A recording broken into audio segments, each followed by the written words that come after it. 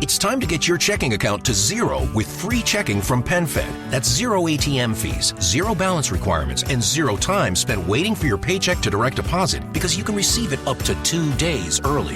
Open your account with just $25 and see how big zero can be. Apply online today at PenFed.org/free checking. Early direct deposit eligibility may vary between pay periods and timing of payers' funding. To receive any advertised product, you must become a member of PenFed, insured by NCUA. PenFed's got great rates for everyone.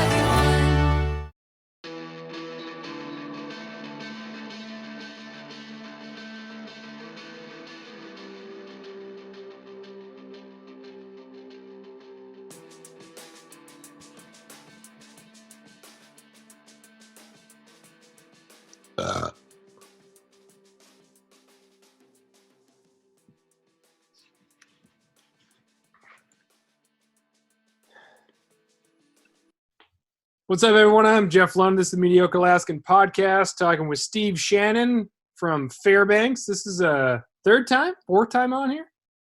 Yeah, kind of flattered. I think this is 3. Well, in between, we had that hunting trip. So, like you're the hunting buddy now, not just some guy from Fairbanks. So. Sweet, making my way up the ranks. How much do you have any of that venison left from the blacktail hunt you did down here? I don't think so. I think we ate that pretty quick. That's pretty tasty. It's so good, but man, it goes so fast. Like I've been done with the 3 deer that I got I got one little roast left, but it does go fast, man. It's so good. Those deer are so good. Yeah, when you made that the fajitas out of the heart, that was great, man. You look back at the better times, man, and that hunt is definitely up at the up near the top. Oh yeah, I feel like we paid our dues the day before, sitting in the rain all day, and then to get up right away and get up on top, and make it happen. Really, it was like exactly how it's supposed to work. Go to bed, watching deer, wake up, try to find our way up there, and then, they were right where they were supposed to be. Yeah. Now I can't promise, and I hope that you're not. This is, of course, if we're allowed to travel, but I'm not guaranteeing the same thing happens with mountain goat. And as a matter of fact, I'm just hoping you get a shot at one, but. We'll see. I've done some research, and I think we got a pretty solid plan going forward. But we'll see. Have you given much thought to how the fall, late summer thing's going to go now that the virus is messing up our lives? Yeah, I've been thinking about it a lot. I actually had a trip out of town down to Homer, and I was going to go hunt the last weekend in May. So it would have been right after school got out for us, and then boogie down there. And so I'm thinking either I need to change my reservations for moving around down there and where I was going to stay, either to the first weekend in June, or cancel it altogether. I'm not sure. I'm hoping. I don't think it's going to happen, but I was kind of holding out to see if things changed or they allowed travel the same way that they sort of lifted the ban or went from only subsistence to residents were allowed to hunt nearby. So I don't know. I'm in denial that it's actually going to make me change my plans. But yeah, I've been thinking a lot about that, the goat hunt in August, and seeing if travel restrictions continue or if they kind of dial, wait till that May 31st deadline and see how it goes. Yeah. How about you? It's so weird. We're having a lot of success in Ketchikan here. I did a podcast with my buddy Larry earlier today, and it's April 10th, and we haven't had a new case since the 1st. We've had 14 cases. All 14 have recovered. It's like things look really good right here, but, that's because we have the restrictions that we do. And, people it's very difficult to come into Ketchikan here. And so by limiting all that, that's probably why we are where we're at. I don't think that we are doing an amazing job at preventing community spread. because there's a lot of people who are just going about their business. You got kids hanging out, skateboarding around town and whatnot. So there's a lot of that interaction still. Yet, we don't have any new cases. So I think once the pressure starts to come in to open things up, then that changes the whole thing. And then all of a sudden what you prevented, now all of a sudden you're allowing to happen. So it'd be nice to go back to normal, but gosh, I don't know how that goes down or when, and I don't know. It's weird. Yeah, you can't really risk vulnerable populations' health because I really wanted to go on a bear hunt that was, out of town, or go down for a goat hunt in Ketchikan. I can hunt bears here near Fairbanks. I got out 2 weeks ago for that AC 999 caribou hunt, and that's an hour give or take from my house, so it wasn't well, probably a little bit more than that, but it's I was listening to your podcast, the most recent one that you had up, and like I could make it. I was thinking about that. I could make it from here to Homer, pack all my food, all my water, all that stuff, and only have to stop to get gas, wear gloves, not touch anything, change my gloves, and be the guy that's really, really good and not going to do any damage or do anything like that. But there's so many people, you were talking about at the grocery store, like there are arrows on the floor, and there's an order that's supposed to happen to minimize contact and minimize the risk of infecting anybody or passing it on. And if we all just play along, but there's people that just don't pay attention. Yeah. Or don't care. I'm not sure which one, or maybe both. Well, it's a weird liberty thing too, because if you adhere to what the government says, that's government control. That's the government dictating your life and hurting your freedom and liberty. But at the same time, it's for the greater good. So yeah, I will willingly give up some of my rights for this, but only in this context, right? The more that we as a community say, all right, let's do these recommended things, and then it'll make things better. But man, it's just such a weird, and it's not totally real for us yet, because you hear the stories about it, but it's not like 9/11 where the things were so tragic and it was unthinkable. Or, if you hear about people who have Ebola, you're just like, oh my gosh, that sounds terrible. People tell stories about not being able to breathe and whatnot, but it just seems like it just doesn't seem as the same thing. Well, I've heard about people getting bad pneumonia before. I've heard about that. Oh, my lungs felt like I had whatever in it. It just, I think a lot of people are still in that this is an inconvenience and we don't necessarily have to take it seriously. And it makes it that much more just odd.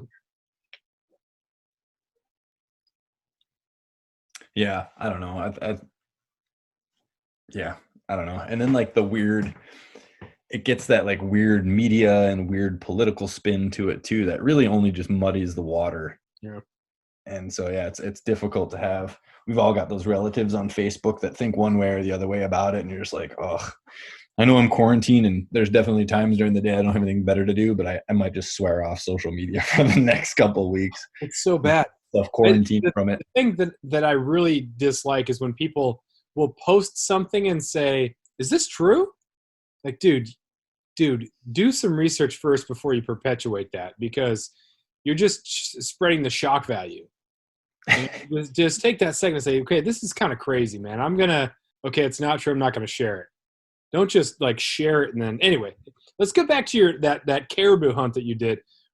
This thing hasn't been on my radar. What's this spring?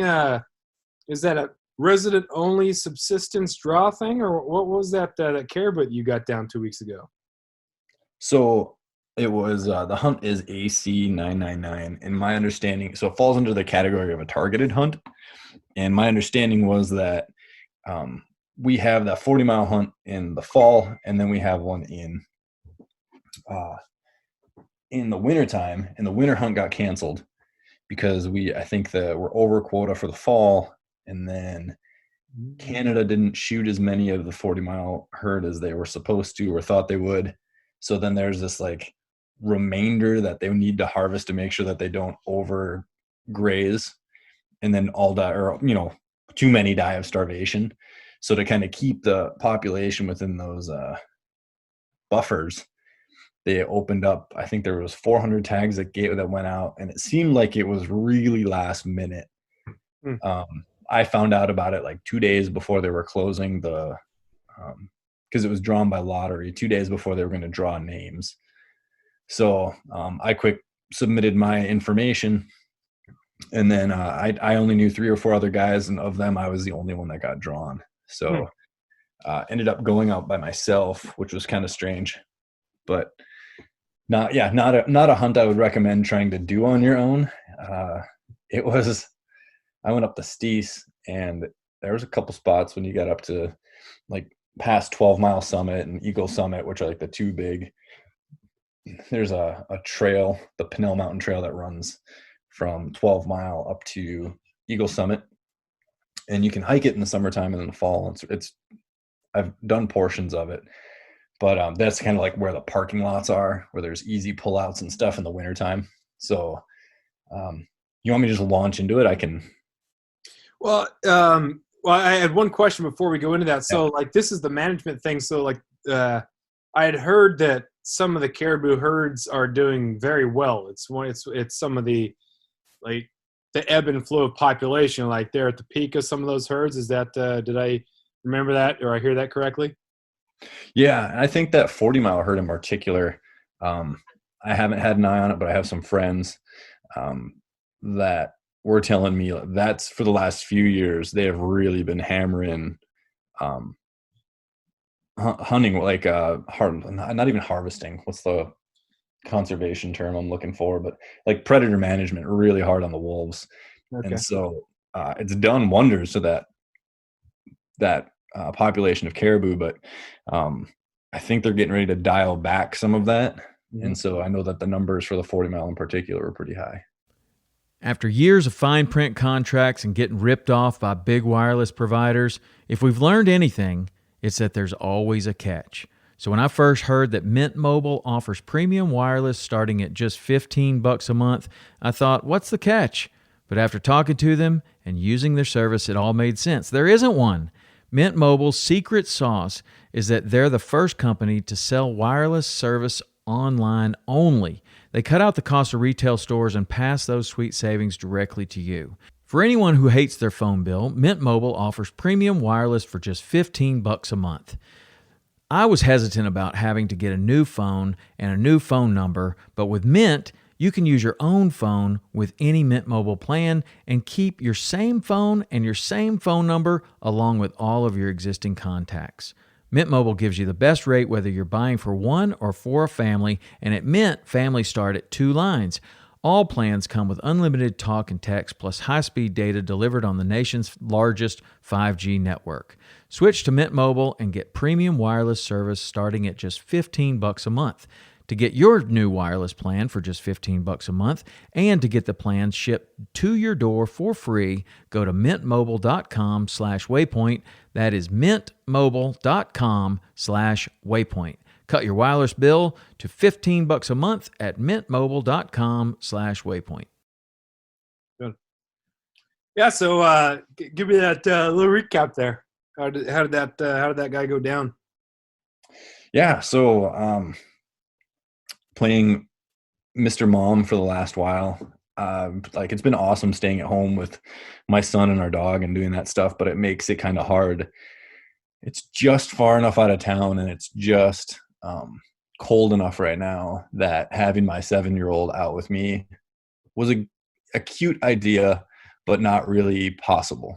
So I had played with that for a little bit, like, oh, maybe I'll just run up there and maybe they'll be standing in the road and I'll just step off the road and make it really easy. And then he got sick because it was only open for, I want to say 1 full week or maybe 2 full weeks. And the first weekend of the hunt, I couldn't get up there. I was like, oh, maybe I'll run up there like Wednesday or Thursday. And then we ended up having a staff meeting scheduled. So we all had to Zoom in for that. And then it ended up where Saturday was kind of the only day I could go. 2 or 3 guys that had offered help all ended up having something come up. But the one guy offered me a snow machine. And so he was like, yeah, I've got a little bitty trailer. You can hook the snow machine up on that. You can run up there. And so I met him Saturday morning. We practiced our good social distancing. And actually, it was really sweet because it was a small trailer. He just like threw it on the back as I backed up to his house. I didn't even realize he was standing out there. And he was like, hey, man, yeah, no, showed me how to start it and made sure it ran and everything. Towed it all the way up there, and I couldn't get it to start. So I had been up there for 2 40-mile fall hunts and one other winter hunt. And on the winter hunt, I had gotten a caribou. So I kind of knew, areas that they would like to travel through. And man, having a snow machine would have made it so much easier. And I brought my snowshoes, and I brought a Polk sled to pull behind me. And it was just like, in my mind, it was such an easy home run with the snow machine that like when I couldn't get it to start, I sort of like had to walk around and was in denial that it wasn't starting. I was like, oh, come on. So I pulled. And it's like the pullout I was in, another guy was there, and he got to talking to me, and he tried to help me get it started. And he's like, oh no, I shot mine last weekend when we came up, and my buddies are out using my snow machine, and one guy's got a tag. So I'm just going to sleep in the car. But he's like, don't give up, no, don't worry about it. Like they're everywhere. They just sort of walk in, walk out. They're like ghosts. You'll be doing something. All of a sudden, two will pop up behind you. So he's like, go see what you can do. Drive up and down the road. Don't quit yet. And so I went in the truck, and Cord sort of was like, okay, how's this going to look? How far am I willing to walk?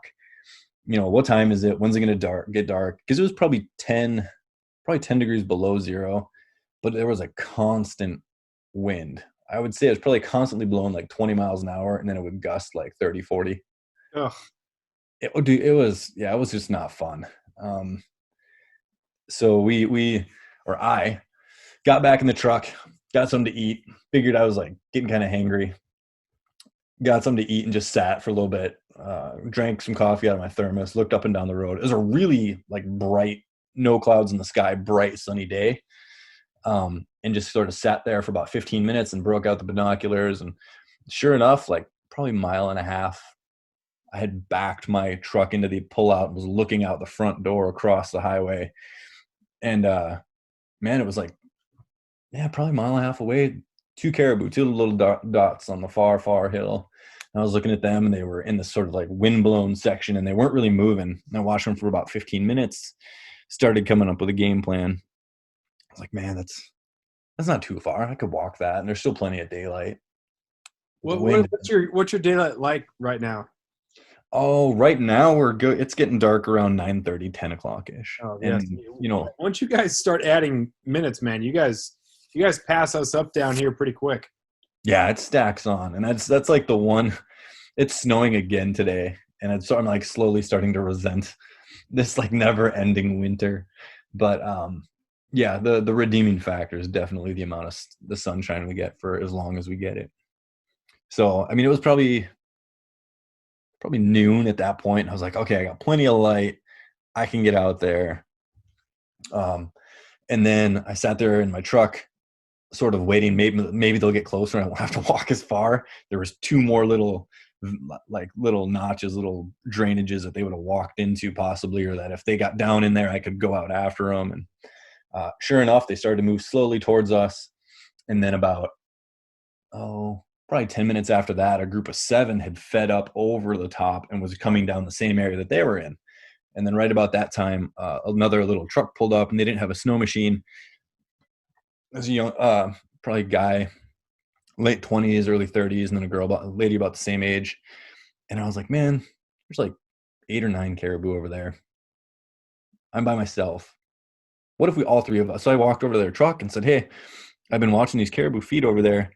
If you guys are walking, you'd be welcome to walk along with me if you want to, and we could all just kind of go out there and see if we can get a crack at them. And super glad I did. So I don't even think we really introduced each other. They just thanked me, said, heck yeah, let's try to go do it. We all watched them for another 5 minutes, made sure that they were definitely feeding in our direction. They got down. The caribou had come down into a low spot where they couldn't see the road anymore, so we threw on our snowshoes and took off after him, and took us probably 10, maybe not quite 15 minutes to walk out there. A guy in a snow machine had came, like we had already started walking, or about halfway towards him, and he ripped past us and went down into the valley instead of up where the caribou were. Kind of got parallel to with this little valley that they were standing in, turned around and just went right back to the road. So I don't know if he just totally didn't see them, or if he realized, ooh, those guys were probably going after them, I probably shouldn't be that guy, or if he was just out doing what guys on snow machines do. Like they just, I mean, if I had one, I'd be like, let's go take off. Let's go run this thing through the snow and see what happens. And so I don't know what was happening, but I thought for sure he was about to wreck it for us, and just like, oh no, come on. So he stopped and turned back around, and we kind of crouched down and got a little bit closer. And the guy that was in our group said he saw him. He's like, oh, they're probably 200 yards away. So we kind of crouched down, and I, slowly peeked up, and I could see like the rear end of 2 or 3 of them. And they were, probably about 200, 300 yards away. So we crouched down, found a little high spot, and we're like, okay, we'll get to that. And crawled our way up there, which in the wind, in the cold, and crawling in snowshoes, that is a brand new challenge. I haven't had that before, and then it was fun. But we got up close to him, and at some point, because I was pulling the polk sled, my rifle didn't want to like sling over my shoulder normal, so I had just sort of draped it across my chest, almost like reverse how I would normally carry it. And my elbow must have bumped the bolt.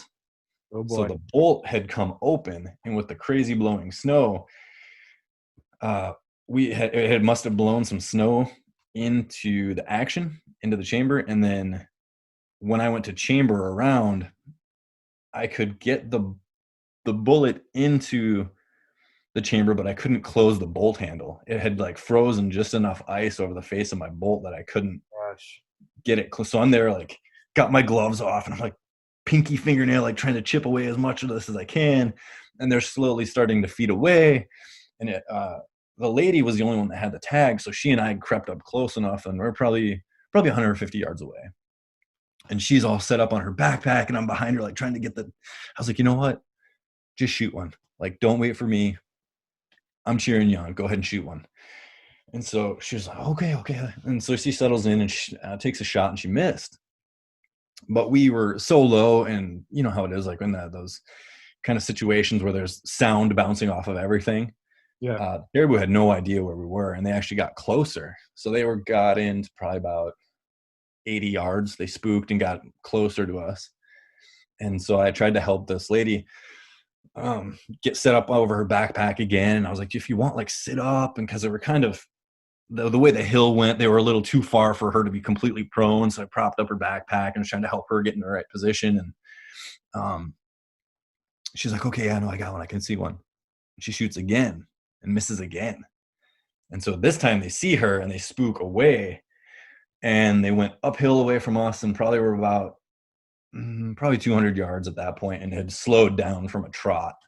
And we're kind of slowly separating a little bit. And I said, hey, that's probably 200 yards. And she was like, I think I'm done. Like, I can't. But if you can't get your rifle to shoot, like, just borrow mine. Are you sure? Like, you can take one more shot. It's like mine. It is what it is. Like, and no, you go ahead. You shoot one. So, okay. And I asked her, like, okay, what are you zeroed in at? And she's like, I'm zeroed in at 100. And I sort of guesstimated the wind. I don't shoot in super high wind a whole lot, but I have done before once or twice, and kind of got in and guesstimated. And I put the reticle was in front of the body of the caribou. Yeah. And I was like, okay, that feels good. I bet that's about right.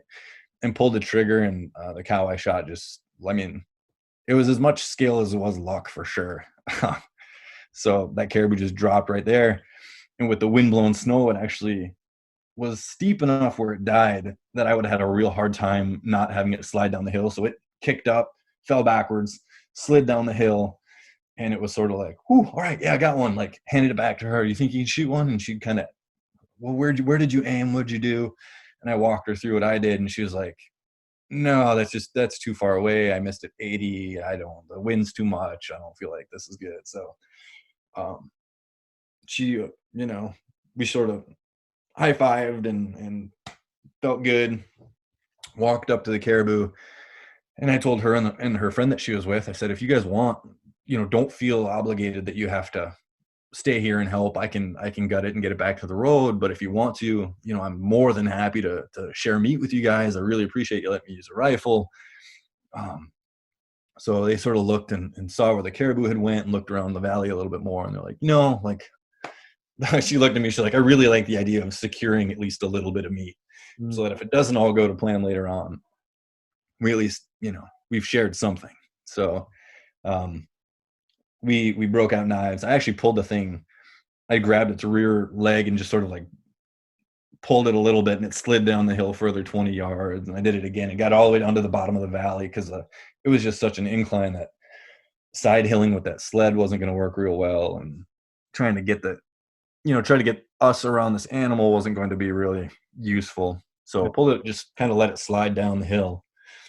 And then we broke out knives and got to work. And right as I started cutting to get the cape off, the hide off, the guy was like, hey, don't tell him what you do for a living. It'll make him nervous. And I was like, oh gosh, are you like a taxidermist or a butcher? And she's like, no, not on my good days. On my good days, I'm a veterinarian. Oh, nice. So I was like, oh, all right, that's cool. And so I got a whole caribou anatomy lesson as we're breaking down that stuff. And do you guys have warble flies? Is that ever a problem for you? What's that? I've read about and I've seen pictures of those things, and those seems like the absolute most horrible thing. Well, that and ticks. You're reading about those ticks on those moose back east in like Maine and stuff. I can't even imagine trying to live with that going on your skin. But did you have some warble flies in there? Yeah, I've shot a few caribou before, and I've never had them, and so I figured I'd eventually see them. But yeah, she had the cow I shot had them way more on the hind, like on her hind quarters and the top of her back, but on her rear. But yeah, it was, I was sort of like as interested in that as I was anything else. Just kind of like, oh wow, okay, that is what that looked like. And you're looking at the meat, and you're like, nope, no effect on the meat, no, none of that stuff. Same thing. I had sort of read about them and seen them and in pictures, but it was good to kind of get an idea what that looks like. And they come out like with the hide, so if you're skinning away, like they're just under the skin, and so no effect on the meat or anything like that. But it was kind of an interesting thing. And she went through the whole, like, she was amped to be the one, like, oh, do you mind if I take the guts out? Like, I want to see how everything looks and like see what condition her liver is in and see what. So I had double lunged her, but the heart was still good. And you guys want the heart? No, you can take the heart. So I took the heart. I forgot to take the tongue though, actually. And that was one of those things I was thinking about. A new piece of meat to try. I don't usually take the tongues, but I had forgotten. So I was kind of bummed about that, but got the heart. The cow I shot was actually pregnant. And so there's like, I felt a little bad, like how crappy the weather was, how much work goes into surviving the winter only to be like almost to calving, almost to spring. And then like, well, we're going to feed this guy's family. Yeah. So it was good. Like overall, we got that thing broke down in, I don't know, probably a little under an hour, got it put in the sleds. They helped me drag it back to the car, and it was super helpful. And they were really nice. We actually introduced ourselves back at the truck. And then kind of, they were like, got a hot tip for as they were going back to their truck. Another truck had pulled up to say, hey, they had snow machines in the back of their trailer. And hey, did you guys see any? What do you, did you get one? Kind of talking about all that stuff. And they said, oh, we just came around the corner and there's like 75 on the back of that hill. So I had my meat and snowshoes and everything loaded in the back of my truck. And the guy and the gal had taken some pictures while I was getting the caribou down the hill and stuff. So they wanted to send them to me, and we exchanged phone numbers. And she's like, you know what, if I shoot, excuse me, if I shoot a caribou, today or tomorrow, I'll give you a call back in Fairbanks, and I'll get you, we don't have to share meat at that point. I'll get you your meat back, and so it was good. And like you were talking about, it's like once you're the hunting partner, sort of like builds that relationship a little bit. And the guy was like, hey, it's nice to know an extra person that's willing to do really, I'm like, I I don't know whether to call it like the most Alaskan thing, or if that's just sort of like hand in hand with like sort of courting like really bad. Like if something goes wrong out there and you're not prepared, like that was one of those things where the most was at risk because at that temperature and those kinds of things, like it sort of escalates really quickly. So he's like, if you're willing to do this kind of stuff, you know, we might get along pretty well, sort of a thing. Like we should hook up and get a beer when the quarantine's over. And Nice. so we all exchanged phone numbers and took meat home, and they texted me later that night and said they had 2 stocks that didn't pan out, and they had basically just run out of time to hunt. But yeah, the road for me was actually the worst part of all of it, because as you're going north, there's like 2 exposed corners right as you get up to like Eagle Summit, and the wind was just coming right up the valley and just blowing just so much wind-blown snow into the road. So from, I don't know, 8:30 till 5 o'clock that day, I had seen a plow truck. They've got those monster snow blowers, or they have the ones with the plows on them, had gone through that area probably every half hour, every 30 minutes. There was something rolling through there, clearing it, because there were hunters and people that are trying to get up to Circle and Central and using the road. And I left about 5:30 and hit that section of road about 5:45. And that was when I realized that they must have stopped plowing, because it got bad really fast. And ended up getting turned sideways and some big drifts. Is that typical this time of year? Like when is that kind of shut off? Is this standard early April, or is that that usually quits in March and you should be crawling out by now? Up there, it definitely goes into April. Here in town, this is sort of lingering longer than I think it normally does. We usually get a snow, but I think today we've gotten like 4 or 5 inches at my house. Earlier this week, we had like 8 or 9 inches dumped at my house. I'm up a little higher up on the hill, so it might be a little bit more than what we get in town. But yeah, this is getting like like Narnia, where it's just always winter, never Christmas. Yeah, getting old. yeah. It's been chilly here. We've had, I think today was our first day into the 50s.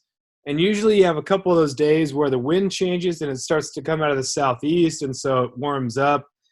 But it just stayed in that, like it's high of 45, low of 35, and then, you know, high of 43 and low of 30. And so you got a little bit of frost on the windshield. You're just like, man, come on. It's like, it's April.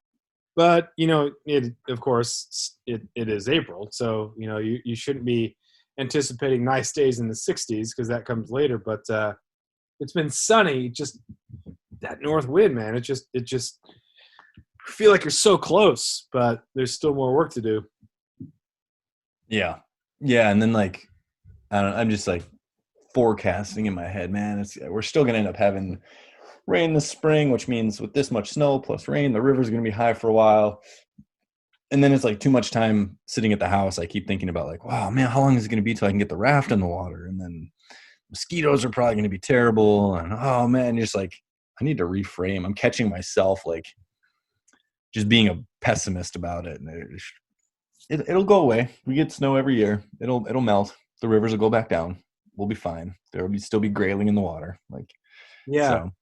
Well, it's kind of the weird thing about being an Alaskan is that you realize all the realities of it, and yet still you can be somewhat positive. And it's more just kind of analyzing facts rather than complaining about things that are bad. There's a fine line between being a realist and accepting the facts and being a whiner. And I think if you're an Alaskan, you kind of get it. It's like, yeah, you know, it's going to be, bugs are going to come out and it's going to be cold and the runoff's going to be jacked up, or this is going to happen, but you just kind of know that's what to expect. So, and I think it doesn't necessarily have to ruin you. You can just spout off those things as fact and kind of move on. Yeah. Yeah. I feel like normally I'm way better at it. I'm blaming it on the quarantine. Like it's too much time to focus on how the weather is doing, which I don't normally do. Yeah, you don't have a distraction. Like when you're at school, you have those hours with those kids and you feel a purpose. But if you're not, you're at home and you're, doing stuff for school. It's just different. And so, yeah, it's been tough to, again, the context, and it's obviously there's people who have been impacted directly by the virus. So, like the fact that I'm healthy is way better than that.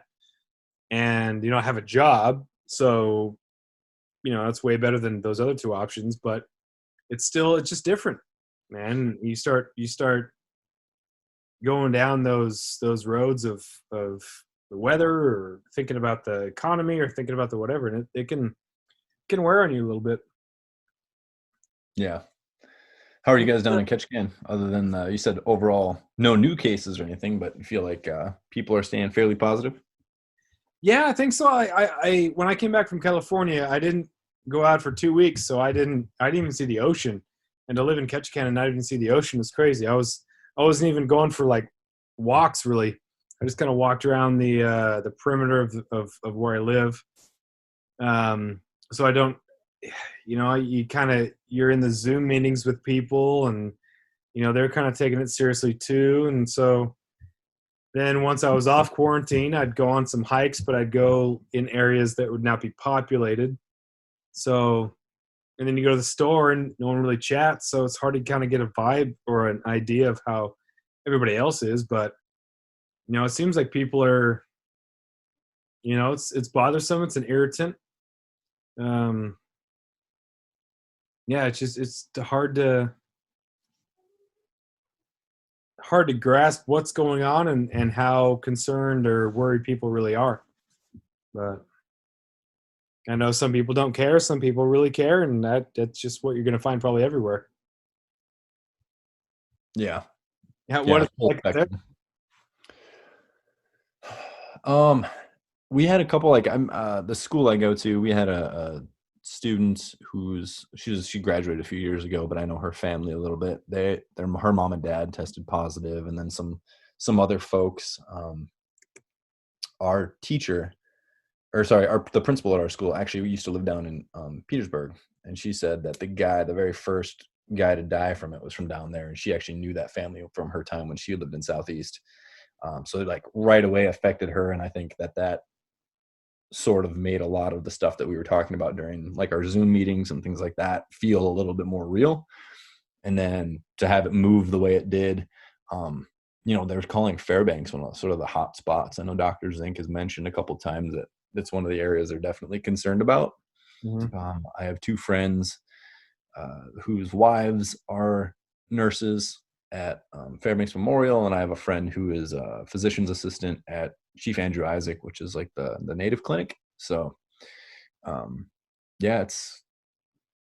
they're all like, my buddy that works at Chief Andrew, like he's like, he has a friend who also is there as a PA and is a single guy and in his own apartment. And he's talked about, maybe I'll just leave the wife and the girls at home and I'll go live with him for a month and a half until all this sort of starts to turn down, hopefully. And if in case I get it, I don't risk giving it to anybody else at home, because my buddy who works there, if I get it, he's probably also going to get it. So those kinds of conversations make it feel a little more real for me anyways. And so, but we go to Fred Meyer's, we're doing the, what do you call it? The grocery pickup. So you do it all online, pull around to the back. But every once in a while there's stuff that they don't have, or that they don't have the people who do the shopping for you that can't get it for you. Yeah. So we had to run in for like children's Tylenol, and my wife went in middle of the week, right at the end of the day, 5-6 o'clock, and she was like, "Oh, it's horrible." She's like, "There's so many people in there that, no one's wearing anything, nobody's paying attention to 6 feet, nobody's doing." And she's like, "We'll see how it all pans out, right?" Like, yeah.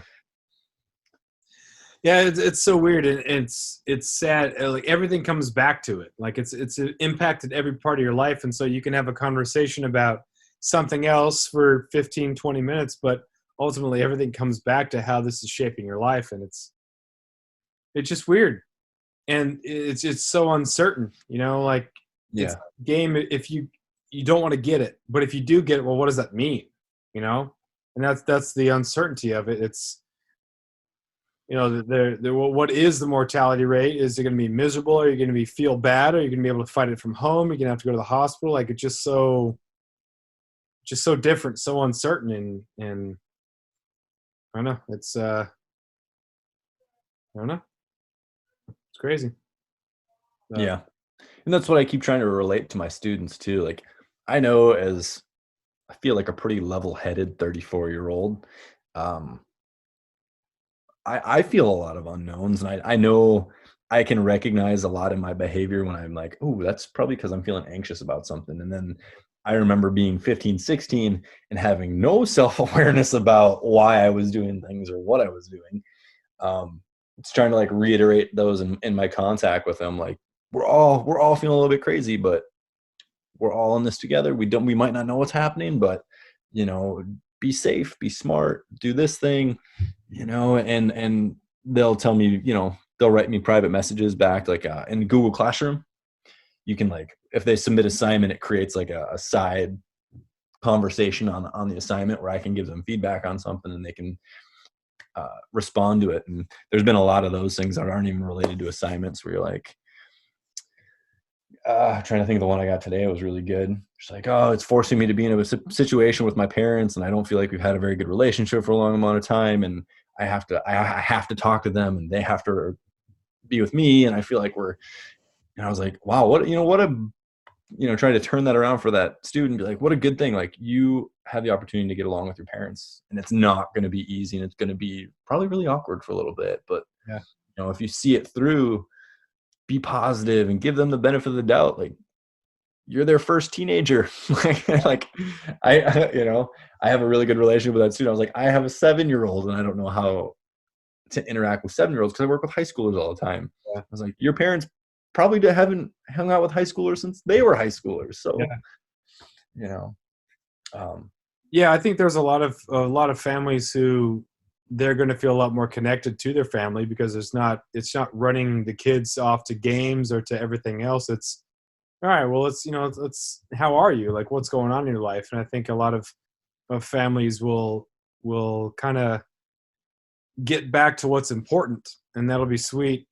And on the other side of that, there's going to be a lot of families who, because of the added stress of worrying about pending poverty or whatever, it's going to be tough for a lot of kids. So I think as a teacher now, it's so important to, if a kid does trust you, to be able to sound off and say, I'm really struggling with the fact that I'm not going to be able to graduate. And I'm like, well, it's a symbolic ceremony, and your legacy has already been created. At this point, if you haven't made your legacy, you're not going to make it yet, right? And just reinforcing that, I know you want to graduate. It's so sad that you can't, but for the last 3.5 years, you've represented your school and yourself and your team and your whatever as such a great kid that, that's what we'll remember. You didn't get to walk across the red carpet, but, you've done everything that you need to do. And so you're in a position to move forward and, trying to get them to focus on what's important there. It's not easy because they don't get it. And it's impossible to say because I don't know what it's like, but, yeah, just a lot of interesting conversations, and it's the kids who are willing to kind of open up and allow teachers to be there for them. I think it'll be good for them. Yeah, and that's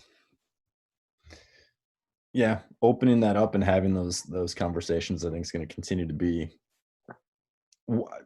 There's just so many advantages, I think, to going digital. I know in my own classes, I'm making YouTube videos and they can pause and they can write things down and they can rewind, and it's shrinking my lecture time. I mean, but at the same time, like, there's just all these aspects to school and to having a teacher and having that relationship that are just irreplaceable.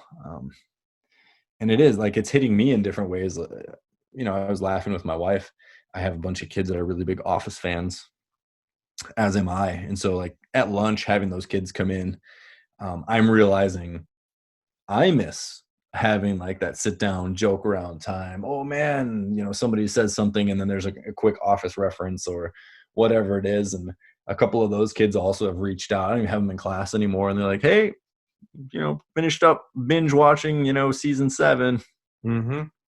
And yeah, it's been really eye-opening to me. I think the last couple years that I've been teaching, I felt like I wasn't quite sure that this is what I want to do when I grow up. Um, but this kind of experience is definitely showing me how much I would miss trying to do something else for sure. Yeah. Well, there's nothing, if you do it right, there's nothing that makes you feel like you have some sort of purpose. Like all those cliche things about making a difference and impacting lives. Like, yeah, you can do that, but you can also be the type of teacher who says all that stuff but doesn't actually do it.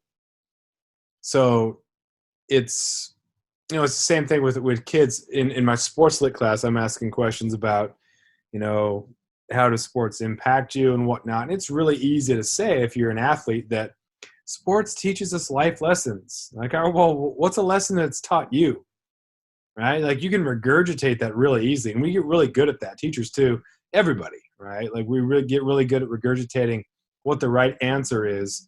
But then you have those moments that reinforces, and you think, oh yeah, actually, yeah, that is all absolutely true. And I do like teaching. I tell people I like teaching or I love teaching, but in these moments, you really think, yeah, I do. This is awesome. I'm glad I'm doing this. I haven't resorted to teaching. This is purposeful, and I'm glad I'm doing it. But Yeah. Yeah. I mean, I think that I don't know how things went in your school district as far as grading policies, but for us, they froze third quarter, and they're basically saying third quarter grades are your semester grades.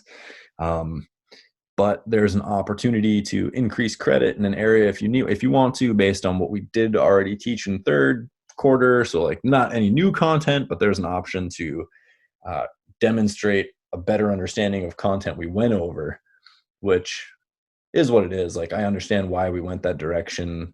Not everybody has that. Like I've talked to other teachers who got students that have said like my parents, we have gone to the cabin. We are not in town anymore. There's no, like, we don't even have electricity. yeah, There's no internet access. So this is what we're doing. We're in complete isolation, and it wouldn't be fair to progress with what we're doing or add new content. And but I think that for me, what I keep coming back to the students with is like, what a good lesson that you should just always be producing your best work. yeah, I tell them, how you do anything is how you do everything. yeah, And like, if you were like, man, I'll just procrastinate and we'll pull it up like the first week of May, I'll get my grades out of the ditch. Like now you have to tune in. Like I have all these kids in my like freshman PE class that all had A's, and they're like, well, if my grade's frozen and I can't go any lower, do I really need to log any of my workouts? Can I just like a lot of those kids are the ones that want to do the extra work anyways. I'm getting emails where like, hey, can you give me like one more or two more things to do? Like the work we're doing is, I've dialed back how much we cover. Like we're doing just the essential things now, right? But I have kids that are like just eating it up. They're like, I have nothing to do. All I want to do is this. yeah. But then I have those other kids who are like, so you're saying I have an A and it can't go any lower, even if I don't do anything at all, I'll still have an A. You're like, well, I mean, yeah, I guess that's one way to look at it. Sweet. Yeah. Yeah, and there are those kids who, like you said, will get the point, and they'll think that, all right, well, I did the work, so now I can coast, or I can, reinforce that. And I was telling the kids that if you're not a senior, that this is the time that if you are reinforcing those sort of fundamentals, because we're doing the same thing, like where your third quarter grade is your grade for the semester.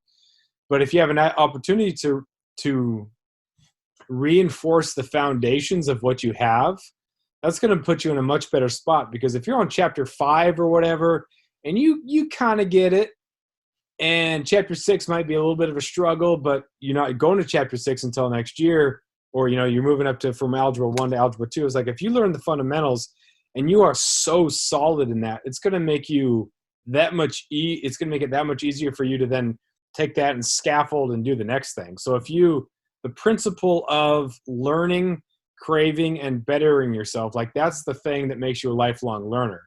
It's not just about what the teacher assigns and doing that stuff. It's that craving being better. And that's what some kids will get now. Some kids won't get it now, and they'll figure it out later. Like, oh, yeah, It's about being self-driven. It's about not someone having to tell me to do stuff. It's about being able to reward or to discipline myself and reward myself and move on there. And so some kids will get it later, but this is that chance, and some kids will learn it now, which will be good. Yeah, I had 2 emails from students. I showed them the grade policy and like how it would affect them and what they could do. And I had 2 students that emailed me back, and they went, one sentence, "Hey, Mr. Shannon, I saw the grading policy. What can I do to get my grade up?" Yeah. And like, on the one hand, I'm like, okay, good. Like, he wants to get his grade up. And on the other hand, there's like that like what you're talking about. Like, I want you to rephrase that. Like, I want you to be like, I saw that there's an opportunity to improve or to show that like my understanding of the content we covered actually increased, like actually improved. That wasn't my best work. I want to be able to show you that that's my best work. And like, that's what you were saying, is that I really don't care about your grade, or that it doesn't, the grading policy said it doesn't count towards your GPA. Like, as long as you didn't fail, unless someone is like going through your grades later on with a fine tooth comb and sees that you got a B or a C or even a D, it's not going to affect your GPA. Like, I want, like you're saying, I want this to be a great opportunity for us to all realize like, oh, I really like this thing or that thing or the other thing. And if it's not my class, that's fine. But like, find the thing that you do like I asked the kids, like, what are you into? What do you like to do? Video games. Okay. All right. Like what outside of that, like, what is something you're passionate about? And then they can't name something. So those are like messages I'm sending on my Google Classroom. Like, take 15 minutes and think about like, what do I like that's not video games? Or, like what kind of things, what would I be into? What are the things that like I can sort of wrap my head around, like things that I don't want to say identify with, but like things that I feel like are woven in my identity. Like for us, we're talking about hunting all the time, and we're talking about being outside, and we're talking about the impact of those things on us. And, I realized that not until my early 20s that those were things that I was really into and passionate about, but starting to think about those deep thoughts now, and what a great opportunity to take a time of confusion and unknown and start to like sort of lay that foundation of like, these are things that I really enjoy. And if I didn't have everything else, this is something that I would still come back to. So like, coming back to those kids and saying like, I'll give you stuff, like, as long as you're with me the rest of the tuning in and responding and giving me it, like, we'll bump up your grade. That stuff I'm not worried about your grade. I'm worried about like, how are you doing? What are you passionate about? And then like along the way, I'm going to give you things that are like my class specific. You can show me you understand it better, or maybe I can teach it to you better. And then we'll work together and we'll get that understanding going in the right direction, because we're still going to have school next year. Yeah. Well, that's when you're writing a letter of recommendation for a kid, like there's the letter of recommendation that's like, you know what, this is a pretty good kid. But then it's like, this is the type of kid who, in a crisis, when fourth quarter does not matter, this is the type of kid who is going to continue to work. And that's what you want written about you if you're a kid. Like that's what those sort of attributes that are there. And that's the character things. Like, if you look back at your high school GPA, like it doesn't really matter. It matters more if you're the type of person who's going to work hard and does the work, right? If you have a 3.0, but you worked your face off, that's better than like one of those fake 3.5s because you cheated, copied, whatever, or you tried to work over the teacher. Like these are the times that really show that character and those opportunities. But well, anyway, we went right back to it, man. I tried to get us off the virus, and we went right back to it. But getting close to preparing for dinner time. So what do you got as far as like closing thoughts about going forward? I think that cow, the cow I shot that next day, we had some tenderloin for dinner, and she was super, super chewy, not in a good way. So I was sort of laughing about how I think she might have had the last word Um, so I finished breaking her down and like put her into like put all the steaks and everything into tubs and let it like rest for a couple of days in the fridge, Mm. hoping that would be the same as hanging and letting all those muscles relax. So I'm gonna break out a roast tonight and see if that method worked or not. So that's dinner plans, and probably also my closing thought is that I'm hoping that it's because we broke that caribou down and it was frozen like solid within an hour. So I'm hoping a couple of days in the fridge will make that situation a lot better. Otherwise, we're just gonna have really strong jaws by the end of this, probably by the beginning of summer. Yeah. Yeah. Gosh, I'm thinking spring bear potentially. But I think I bought a slip at down at the marina, so shrimp and crab, and just kind of keeping occupied, but keeping the distance, and just we'll see how it goes. Hopefully everything works out, and a couple months we'll be down here for goat. Yeah, that'd be great. Hopefully everybody stays healthy. Everybody's smart, stays sane, and this in a couple of months it'll be hopefully business as usual. Yeah. All right, man. Thanks for taking some time out of your Friday. I know it was probably chock full of stuff to do. Yeah, driveway shoveled and got some time in with the boy today, which was nice. So gonna take the dog for a walk in a little bit, but it's always a pleasure, Jeff. Thanks for having me on. Hey, thanks, man. Take care. Yeah, you too.